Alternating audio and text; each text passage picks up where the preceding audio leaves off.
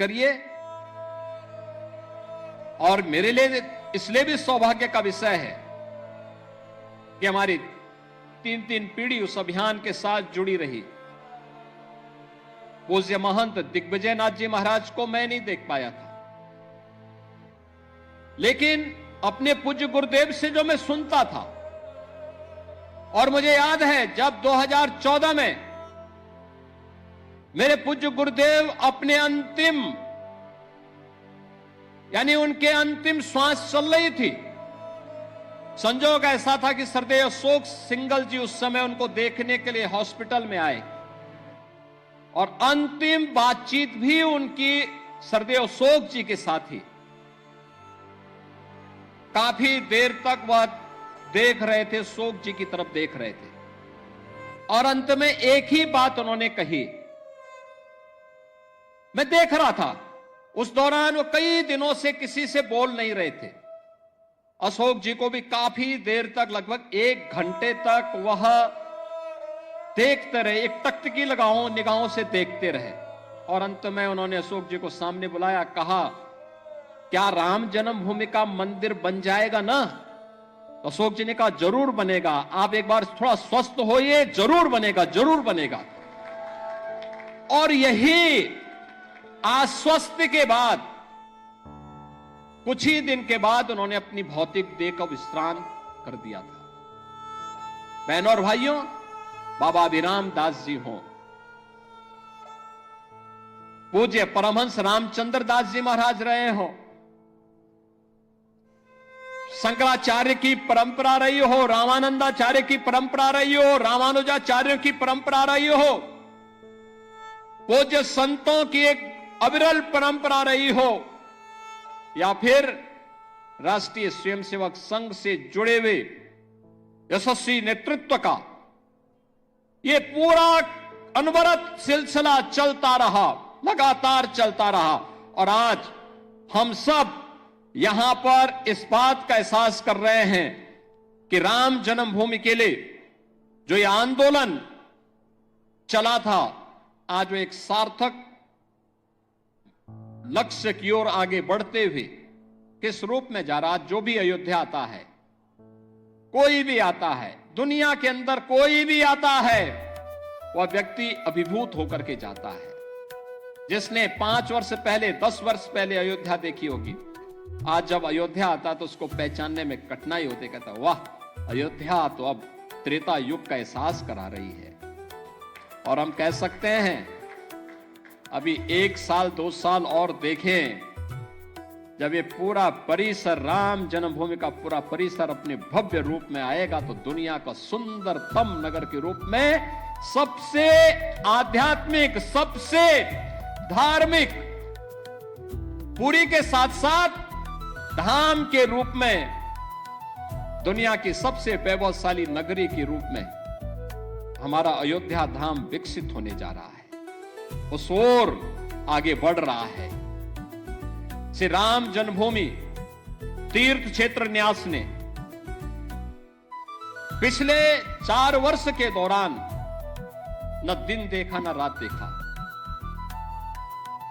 न धूप देखी, न बरसात देखी, सबकी परवाह, किसी की भी परवाह किए बगैर केवल एक ध्येय के साथ कि रामलला की प्राण प्रतिष्ठा के कार्यक्रम के साथ जुड़ने के साथ ही मंदिर को भव्य स्वरूप देकर के कोटि कोटि राम भक्तों के अनुरूप यहां पर उस प्रकार की व्यवस्था देना, और उसके लिए न्यास निरंतर अहर्निश लग करके उसके लिए कार्य कर रहा है।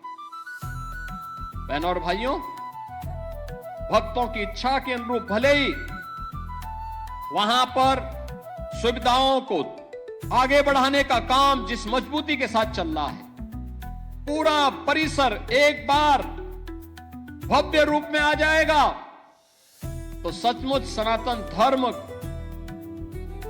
के धार्मिक स्थलों को किस रूप में भव्य होना चाहिए, वह दृश्य श्री राम जन्मभूमि का यह भव्य मंदिर सनातन धर्म के सभी स्थलों के लिए एक नई प्रेरणा का केंद्र बिंदु बनने वाला है। और उसके लिए हम सबको अपने आप को तैयार करना। आज का जब हम यहां पर प्रतिष्ठा द्वादशी के अवसर पर आए हैं, तो बहनों और भाइयों, हमारे सामने बहुत सारे लक्ष्य हैं। एक चीज हम सबको इस बारे में ध्यान रखना होगा, और वह इस बात को लेकर के रखना होगा कि किन कारणों से, वे कौन सी परिस्थितियां थी कि समाज बटा हुआ था और हमारे पूज्य आराध्य देव स्थल अपमानित हो रहे थे। अगर हम जाति के नाम पर और तमाम अन्य वादों के आधार पर विभाजित रहेंगे, तो इस प्रकार की अपमानजनक स्थितियों का सामना हम सबको निरंतर करना पड़ सकता है। और इसलिए आज की आवश्यकता वही है जो न केवल हमारे वर्तमान को बल्कि भविष्य को भी सुरक्षित रख सकता है। उस एकता के सूत्र में बांधने के लिए, राष्ट्रीय एकात्मता के लिए कार्य करने के संकल्प के साथ जब हम जुड़ेंगे, याद रखना, राष्ट्रीय एकात्मता की कड़ी मजबूत होगी, सनातन धर्म भी मजबूत होगा, देश भी मजबूत होगा, हम सब भी मजबूत होंगे। लेकिन अगर हमारा देश कहीं किन्हीं कारणों से आपस में ही विभाजित होकर के कमजोर होगा, जातीयता की खाइयां चौड़ी होंगी, क्षेत्र और भाषाई आधार पर हम विभाजित होंगे, तो इसका खामियाजा सबसे पहले हमारे पूज्य धर्म स्थलों को ही भुगतना पड़ेगा, बहन और बेटियों को ही भुगतना पड़ेगा। उस प्रकार की स्थिति हम सबके सामने दोबारा न होने पाए। क्या एक नया संकेत भी द्वादश प्रतिष्ठा का यह आयोजन हम सबको, प्रतिष्ठा द्वादशी का यह कार्यक्रम हम सबको इस नई प्रेरणा के साथ आगे बढ़ने के लिए प्रेरित कर रहा है। और इस अवसर पर मैं आप सबसे यही आह्वान करूंगा, मैं एक यही आह्वान करूंगा कि प्रतिष्ठा द्वादशी हम सबको राष्ट्रीय एकात्मता को मजबूती प्रदान करने के लिए आह्वान कर रही है। और प्रधानमंत्री मोदी जी ने प्राण प्रतिष्ठा समारोह के दिन, आज के ठीक 1 वर्ष पहले, देशवासियों से यही आह्वान किया था कि राम तो हमारे लिए राष्ट्र के प्रतीक हैं, राम है तो राष्ट्र है, और राष्ट्र है तो राम है। दोनों को अलग करके नहीं देखा जा सकता है, दोनों एक दूसरे के पूरक हैं। उत्तर से दक्षिण तक, पूरब से पश्चिम तक, इन्हीं आराध्य देवों के कारण आज वर्तमान भारत है। और इस नए भारत को आज जिस दिशा में प्रधानमंत्री मोदी जी के नेतृत्व में आज आगे बढ़ाया जा रहा है, इसके लिए हम सब की जिम्मेदारी बनती है कि हम सब उस अभियान का हिस्सा बने, उस अभियान का हिस्सा बने। याद रखना, सत्य को अधिक दिनों तक कोई धुंधला करके नहीं रख सकता है। सत्य एक दिन सबके सामने उजागर होगा, और सत्य का उजागर होना ही अयोध्या में राम जन्मभूमि पर प्रभु राम लला के भव्य मंदिर के निर्माण के रूप में हम सबके सामने सत्य के रूप में देश और दुनिया देख रही है। राम जन्मभूमि में प्रभु राम का यह भव्य मंदिर का निर्माण दुनिया में दबी कुचली सभ्यता और संस्कृति के लिए एक नया संदेश भी है। लोकतांत्रिक तरीके से, संविधान सम्मत तरीके से वे अपने अधिकार लिए जा सकते हैं। यह अधिकार अयोध्या में राम जन्मभूमि के लिए हुए अनगिनत बलिदान और उन सब मूल्यों के साथ अग्नि परीक्षा के दौर से बार बार गुजरने के बावजूद भी अपना धैर्य न खोना इस अभियान का हिस्सा रहा है।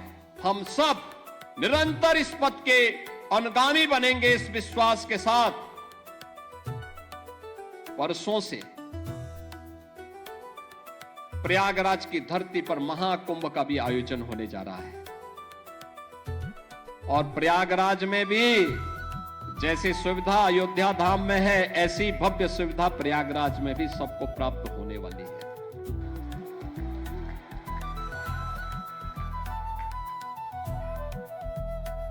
हम लोग कल ही वहां से आए हैं, कल ही वहां से आए हैं, पूरी व्यवस्था देख करके, अंतिम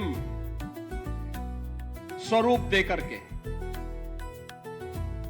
और आप देखिए, कुंभ का मतलब, महाकुंभ का मतलब क्या होता है। देखिए, श्रद्धावान लब्ध